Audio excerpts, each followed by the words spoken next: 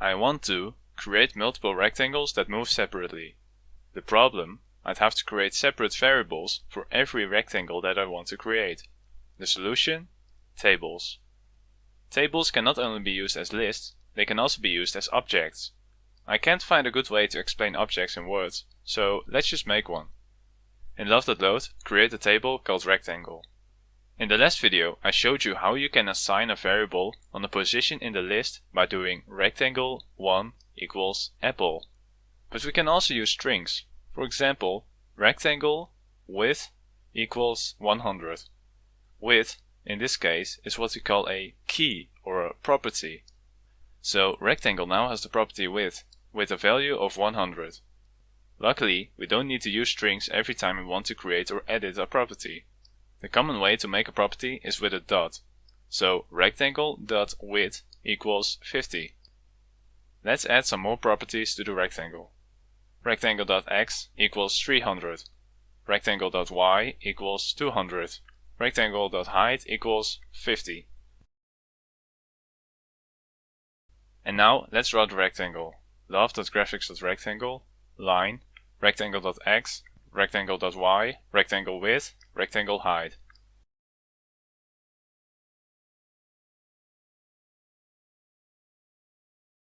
And let's make it move. First we give the rectangle a speed property. Rectangle.speed equals 100.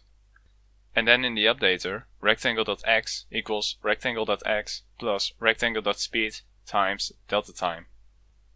Okay, so now we have a moving rectangle again. But how are we going to make multiple?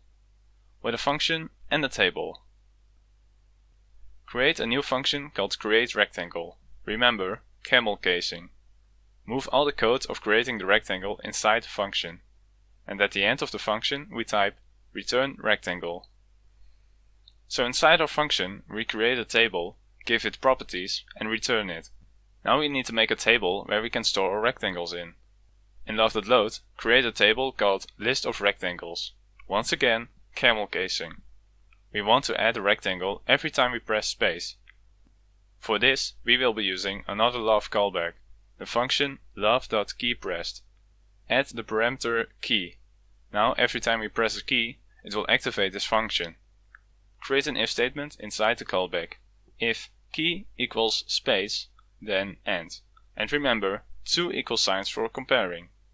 Inside this if statement, we want to add a rectangle to our list. We can do this with table.insert. So table.insert, list of rectangles, and the value we want to insert is the result of the function createRectangle. Now every time we press space, it will add a rectangle to our list. Now we just need to draw them. In LÖVE.draw, create a for loop. For I, v in ePairs, list of rectangles, do end. And then inside the for loop, we put the code of drawing the rectangle and we replace rectangle with v. Last thing to do is to make the rectangles move. So again, make a for loop, put the code inside the for loop and replace rectangle with v. And there we go. Now every time we press space, we create a new rectangle.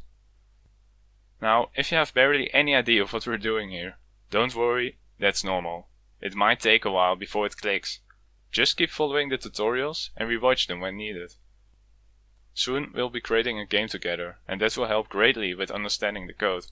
But let's go through this code one more time. So we create a table called list of rectangles.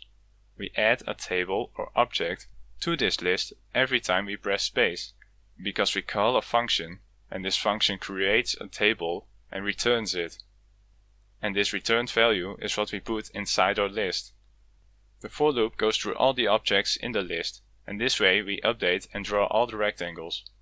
I hope that helped, and if it didn't, that's okay, you will get there eventually. Thanks for watching.